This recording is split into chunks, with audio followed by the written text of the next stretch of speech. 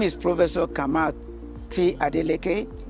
I am originally from Nigeria, but educated in the United States, where I've been living for about 50 years.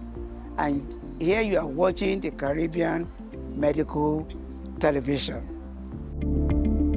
In every territory, in every nation, people are gathering to lead missions and foundations aiding the Global Sustainability Initiative.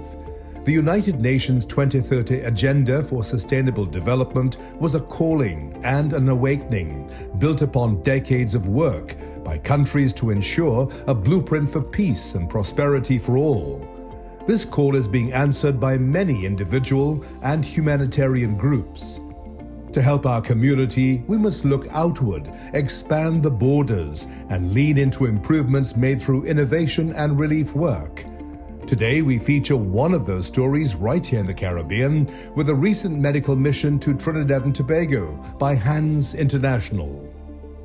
So the Hands International involvement actually dated back to when they had the earthquake in 80.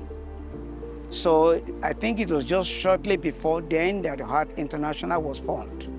So that was the first international trip that we made, because we were there within 4 days, and we were in 80 for 2 weeks. We were not as sophisticated as we are now, but we did a lot of things. We created the tents, the mobile hospital. We were able to do surgeries. We were able to do a lot of things under the cruel condition, but we did what we needed to do. The Hands International now is a very comprehensive program. It's pretty much taking a hospital within the United States and put it anywhere. I call it hospital anywhere. Why? Because practically all the services, with some limitation, can be provided. Think about it. We do all the clinical evaluation for both pediatrics and adults. We have all the expertise in different specialty, from just general evaluation to dental to ophthalmology to my specialty, which is the heart. It's called 16 minutes golden rule, that what is going to kill you will kill you within 60 minutes. And guess what? The number one killer is a heart disease. Fast food, the food that really doesn't make sense.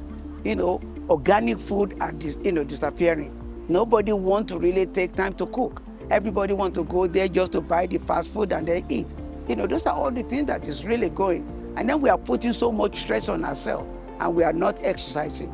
Exercising helps, whether, just brisk exercise or even vigorous exercise. I don't advocate vigorous exercise, just ordinary brisk walking. The study shows that if you are able to walk a mile a day, 3 days a week, you will increase your quality life expectancy by almost about 3 years. And if you do it 5 days a week, you may be able to increase your quality life expectancy by 4.8 years. Just exercise. It will lower your blood pressure, it will lower your cholesterol, it will lower your sugar, and also it's going to increase and improve your mentation. So exercise is anti-aging. But everybody now, they want to drive from their bedroom to the bathroom. Come on. What I always say is this: the end of life is when the heart stops. The brain may be working, the eyes may be working, the kidneys may still be working, the lungs may be working, but once the heart stops, that is the end of life.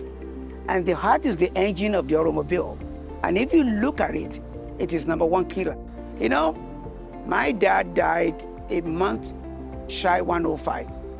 My grandmother died at the age of 108. And my grandmother, my maternal grandmother, had 2 children, my aunt and my mom. My aunt just died last year at the age of 101. But they all grew up in Africa. They don't have cars. They walk, they do everything, right? They eat organic food. So they have not been like me, who have been to America and eat a hamburger, hot dog. So I need to work harder, so that I can live longer. And that's why myself, I walk at least 5-10 miles every day, to keep in shape. Joining us on today's episode is the founder of Hands International, Dr. Reynold Agard, who is a son of the region. His vocation for this medical mission hits even closer to home through faith and family. So to tell how that started, my passion, I was born in Tobago, and really I was passionate about becoming a medical missionary. Sometimes I look back on my history and wondering if I really knew what it was about. But when we go to church, we would see mission stories from Africa. So that's something that was just born in my mind. I was just passionate about helping people. So as a result of that, my goal was to become a physician. God blessed me that I was able to go to school, to college, and then my dream started right away. It did not take long. My first medical mission was to the Navajo Indians in Utah. I'm in an area called Monument Valley, and I did 2 weeks spending time visiting the homes of the Navajo Indians. But I didn't just stop there. I did many medical missions, especially in disaster area. Of note, during the big earthquake in Haiti, I put together a team of doctors from my community. I called a lot of my friends because my wife was looking at the devastation of the earthquake, and there was just something that was burning within me that God has blessed me with a skill and a talent, and if I could only be there when those people are plucked out of the rubble to give them assistance. So I was able to form a team, and we were in Haiti days after the earthquake. So whenever there's a disaster, we give precedence. So we have been to Haiti twice. We went to Nepal. Whenever there's a disaster, we take smaller teams of about 15 to 20, and we usually rotate that team every 2 weeks and stay for about 3 months.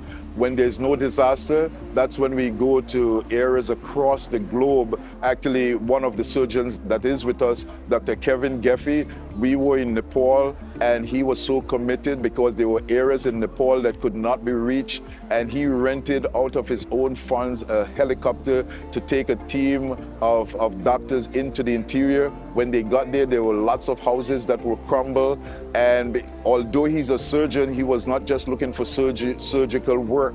He was pulling teeth, he was down in the grounds digging out the homes to see if there was any available potato and foods that was available, and that's the kind of commitment. They don't just think because they're surgeons we are just aloof, but they would do anything to relieve suffering, and that's the passion that my team has. We have a strong mental health team. Actually, one of our mental health leaders, he just was designated the president of the North American Psychology Association for Children. So we have really great specialists. They're all board certified. We look, and we practice evidence-based medicine. And we are just here putting a team together that really can meet the needs and the challenges of the hour. Several years ago, when I trained at Penn State, we know that the risk of a heart attack goes up with inflammation. Inflammation is what starts the process. So again, if we can decrease that inflammation just by lifestyle, healthy lifestyle, and increasing our exercise activity. Recent study shows that if a male should increase his cardio workout just by 2%, he decreases risk of prostate cancer by 33%.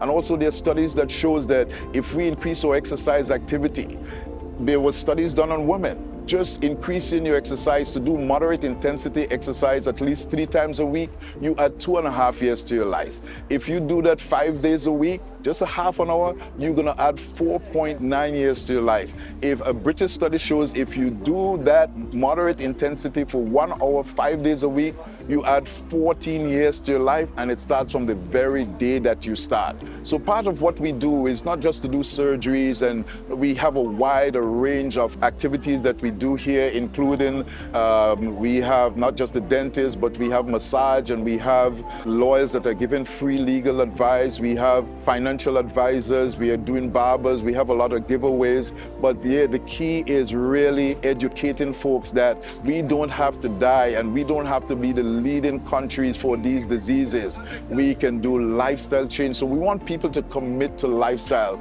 And part of our team here, it's a team from University of West Indies where we have about 15 representatives, and we are going around giving individual counsel about lifestyle, how to eat, what to eat, when to eat, why to eat, so that we can really take care of our lives, especially when there's limited resources. We don't want the horse to be out the barn before we make changes. challenges. There's a guy that I knew from way back when I was living in Trinidad. He said we literally dig our graves with our teeth. And even when we think that we might have, just to mention genetics as it relates to lifestyle, because there's two things that predicts longevity.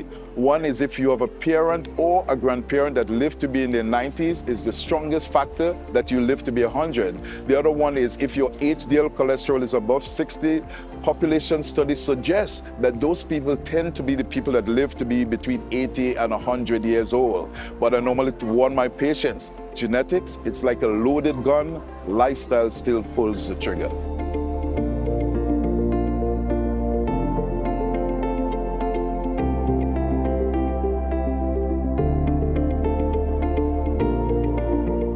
Trinidad is my home, and I always say charity begins at home. So I'm just delighted to bring this team of dedicated volunteers. Part of our motto is that we just don't send relief. We hand deliver it with care and compassion. And as I would always tell my team, just like Mahatma Gandhi, which is one of the person that I admire a lot, he said the best way to find oneself is to lose oneself in the service of others. And I teach doctors from across the globe. I have doctors from India that come and train with me, and I always tell them, a patient doesn't care how much you know until they know how much you care.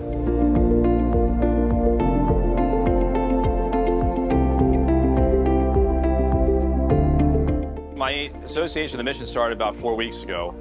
Mutual Dr. Agard, who you've met, who runs the organization locally, he put out a call, and the call came to me through a mutual friend. They need an orthopedic surgeon for the trip. And this is about 4 weeks ago. And I wasn't planning on coming here, but this is something that I've always wanted to do. It's an important part of being a physician, a part of being a human being. But the most important thing was I cleared out my schedule, we would make this trip happen. Okay, the majority of what I'm seeing is older folks. I guess I'm in that category now too. Patients over the age of 50-ish who have arthritic issues. I've seen a few patients that have had traumatic injuries that need to have some revision surgery done. But the majority of what I'm seeing is older folks with arthritis, primarily knee and hip arthritis. If you look at the older population, over the age of 65, the single biggest risk factor for hospitalization, heart disease and cancer drop-off is fracture, usually fragility fractures. Okay, so we have two ends of the spectrum here. So musculoskeletal health is extremely important because lack of musculoskeletal health, particularly in the older population, leads to a degradation of one's overall health. Mental health, physical health, vascular health, cardiovascular health. Okay, so in the older population, we see more fragility type problems. In the younger population, we remember about trauma, whether it's high energy trauma or lower energy trauma, have a significant morbidity associated with that. Well, in general, as many of the viewers know, diabetes increases your complications of everything. Cardiovascular health, wounds healing, nerve issues. Most particular orthopedics, we know that patients that have elevated blood sugar, and there's a lab test called a hemoglobin A1C. And the magic number is typically around 8. So we know that patients that have an A1C above 8 have higher risk of postoperative complications. Among those is infection. I saw a woman today that I was actually going to operate on this week. However, her A1C was 9, which puts her at increased risk of complication for postoperative infection. So, and she was a younger woman, but her blood sugar wasn't well controlled, and that puts her at risk of complications. Maintain good weight, good activity level. Whatever one's activity is that they enjoy is what's most important. Because when patients say, what should I do? Well, if I tell you you should go bicycle ride every day, but you hate bike ride, you're not going to do it. I say, what do you like to do? And whatever that is, do that. But whatever that activity is, you need to incorporate weight training, core strengthening, maintaining proper vision and balance. Okay, we didn't really touch on the spine at all, but that's a big factor and falls also with osteoporosis as individuals, whether men or women, they bend over a little bit, it changes the balance, it changes how they approach the world as they walk, and that can lead to fractures down the road.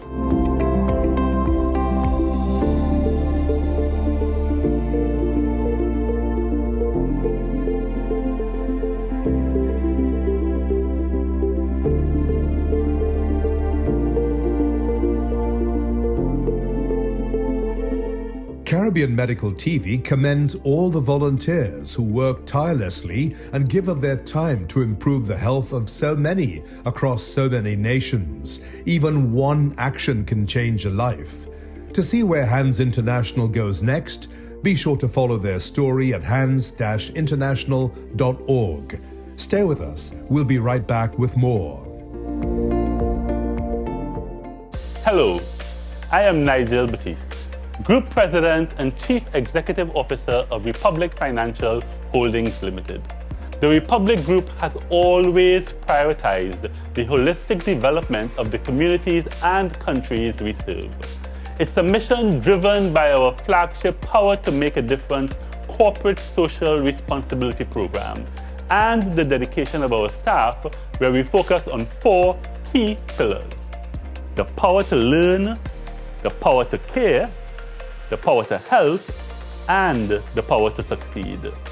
For us, this is just the beginning of our sustainability journey, and we remain fully committed to unlocking financing to support the attainment of the United Nations Sustainable Development Goals, which ultimately would lead to a Caribbean region that is safe, healthy, and sustainable for many generations to come.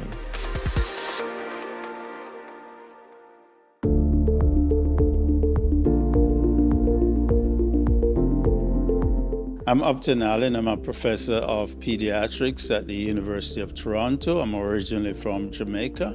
I was trained at the University of the West Indies in Mona, and so pleased to be able to interact with you. Our region has been fortunate to have collaborations that focus on helping our most vulnerable. Canada's most research-intensive hospital and largest centre dedicated to improving children's health, the Hospital for Sick Children, has always been a pillar of hope. And with partners in the region, the Caribbean Initiative was created. The project in question is a Sick Kids Caribbean Initiative, for which I was the co-chair along with Dr. Victor Blanchette, who is a Barbadian by birth, actually, who was a professor of pediatrics at the University of Toronto and head of the Division of Hematology Oncology. And Victor's brainchild was this initiative that was aimed at improving the care of children with cancers and serious blood disorders in the Caribbean. The project aimed to transform the diagnosis, treatment, and outcomes of these children in a huge way. I became involved because of my connections with the Caribbean, and also because of the fact that children with cancers, when they do die, some of them die because of weaknesses in their immune systems brought about by treatments that they receive, resulting in serious, overwhelming infections. And by training, I'm an infectious diseases specialist. And so I became involved. I became the co-chair of that particular initiative. I asked one of my colleagues in Canada at the time, who was managing children with cancers, if a child in Canada had a cancer, a child with cancer, what are the chances that they will survive? And the person said, you know, it's quite high. It might be in the region of 75% or higher, depending on the type of cancer. I then asked the question, what about that type of leukemia in a child in the Caribbean? And the person said, well, it depends on the island where they're from, but it's likely at the most 50% or south of 50%. So that to me represented a huge gap, and therefore a need for us to focus on improving the care of children with cancers and serious blood disorders. And that's why I became involved in that initiative. And not just that, is that to create the infrastructure and sustain the infrastructure that they can collaborate across the region. It'll be great if we can have access to those experts in Jamaica, Barbados, Trinidad, or what have you, and the children who are needing treatment, that they can be treated in the region. And they maybe they'll go to Barbados or Jamaica or Trinidad, wherever, to be treated. So that intra-regional collaboration is important for that effort moving forward.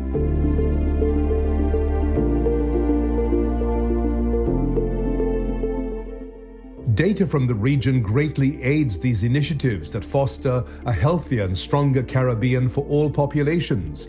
It is a critical part of the equation that most never see, yet can have the most impact from the cellular level to the greater region. This is the Immune System Health Check. Hi Caribbean, I am Valerie Wilson, coming to you from Trinidad and Tobago and Caribbean Medical TV. I actually was the manager of the laboratory service at the Caribbean Epidemiology Center for a number of years. And during that time, of course, CAREC was serving 21 countries in the Caribbean region. So I am a laboratory scientist actually, and my background is in immunology. And you know, when we hear immunology, it sounds complicated, but it actually is very simple. Immunology is the way that your body deals with anything that is foreign.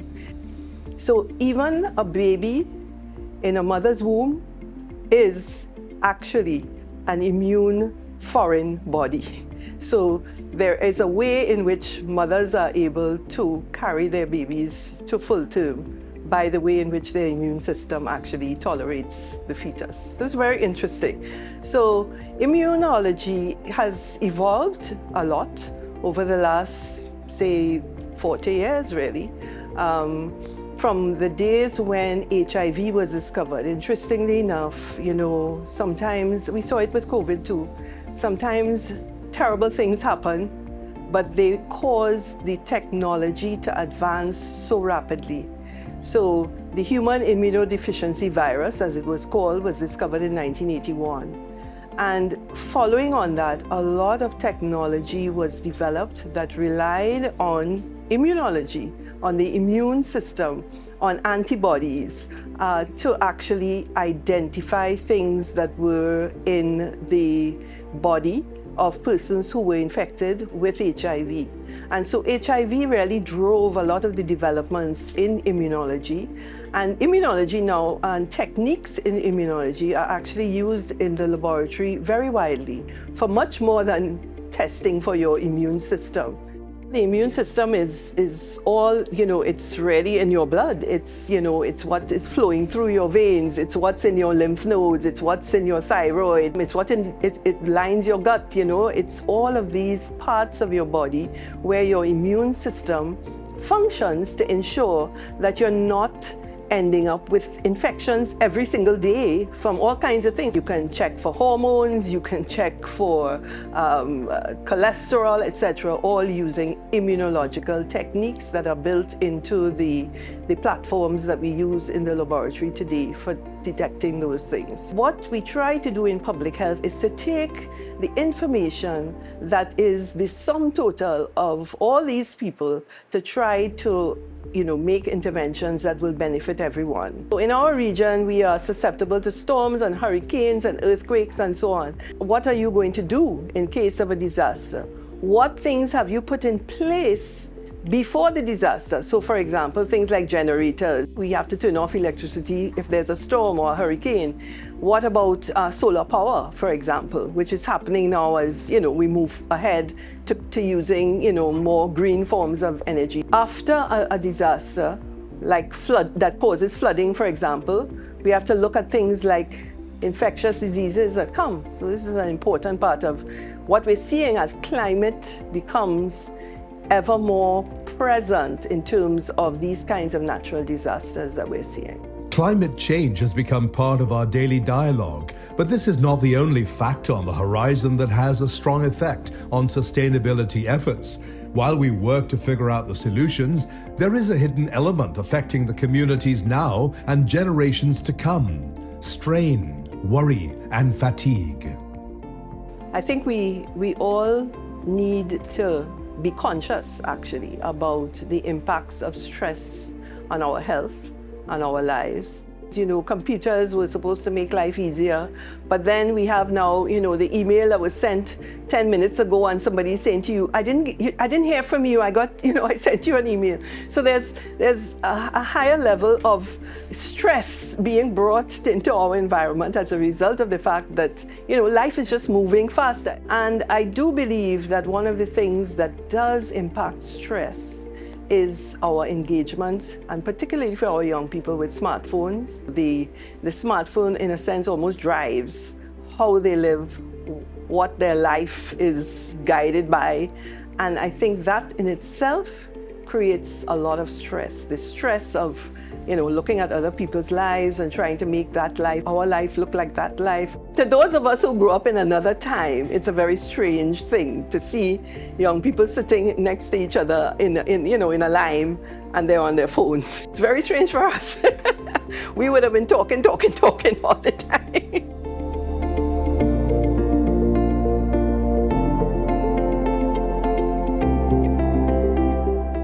Only through dialogue, through collaboration and through community can lasting change be born. Change to address the various crises in the region and globally. From an interregional to an intergenerational perspective, it is our duty and our privilege to recognize and act upon the calling, aid in these missions, and truly attain the United Nations 2030 Agenda for Sustainable Development. Thank you for joining us on today's episode. And coming up on this season of Caribbean Medical TV, we'll take you through the region to hear the stories of our people, from climate to community, from health to emerging science, and most importantly, the foundation for our people in the Caribbean, the next generation, and their coming future. My name is Carpage. I'm the head coach of St. Jago High School boys track and field team. These youngsters on the track, they leave it all out there when they're training because they believe in Jamaica it's always been number one from in the 1930s, and the legacy must continue. So these youth put their heart, their mind, and their soul in everything they do for the sports, for St. Jago and for Jamaica. For the youth, there's a lot of talent in the Caribbean region. Right, and first and foremost, you know, once you spot them, the motivational level sometimes can be a little bit low. They might not know, you know, look at the outside world and see what they can do with their talent. So once they have the right guidance, the parents, they are very important. So once the parent can support them, you know, I would just ask them to give it their best shot, try to see how best they can at least even collaborate also with other Caribbean countries because we are here. So the collaboration with other Caribbean countries, I like to see us, we get back together.